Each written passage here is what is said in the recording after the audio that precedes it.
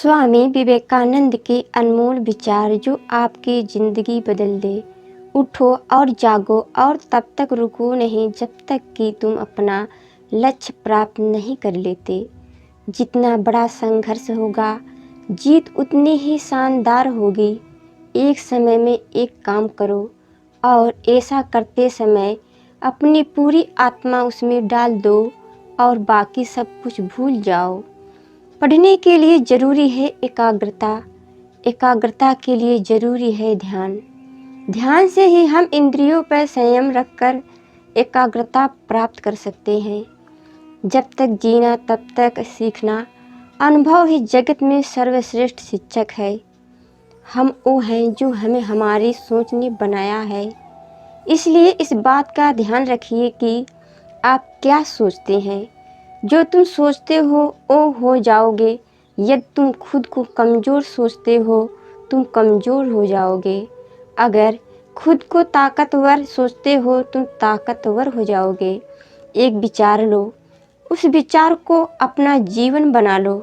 उसके बारे में सोचो, उसके सपने देखो, उस विचार को जियो। अपनी मस्तिष्क, मांसपेशियों, नसों, शरीर के हर हिस्सों को उस विचार में डूब जाने दो और बाकी सभी विचार को किनारे रख दो। यही सफल होने का तरीका है। जिस समय जिस काम के लिए प्रतिज्ञा करो, ठीक उसी समय पर उसे करना ही चाहिए, नहीं तो लोगों का विश्वास उठ जाता है।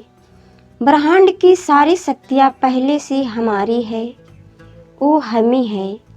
जो अपनी आँखों पर हाथ रख लेते हैं और फिर रोते हैं कि कितना अंधकार है। तुम्हें अंदर से सीखना है सब कुछ। तुम्हें कोई नहीं पढ़ा सकता, कोई आध्यात्मिक नहीं बना सकता। अगर यह सब कोई सिखा सकता है तो यह केवल आपकी आत्मा है। सच्चाई के लिए कुछ भी छोड़ देना चाहिए, पर किसी के लिए भी सच्चाई नहीं छोड़ना चाहिए। तुम किसी को दोष मत दो। अगर तुम अपने हाथ आगे बढ़ाकर किसी की मदद कर सकते हो तो करो।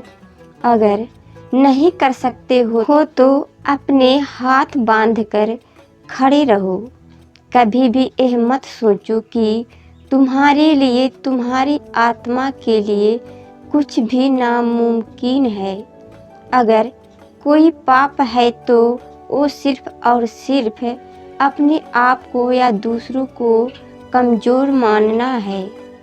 जिस पल मुझे यह ज्ञात हो गया कि हर मानव के हृदय में भगवान है, तभी से मैं अपने सामने आने वाले हर व्यक्ति में ईश्वर की छवि देखने लगा हूँ और उसी पल मैं हर बंधन से छूट गया।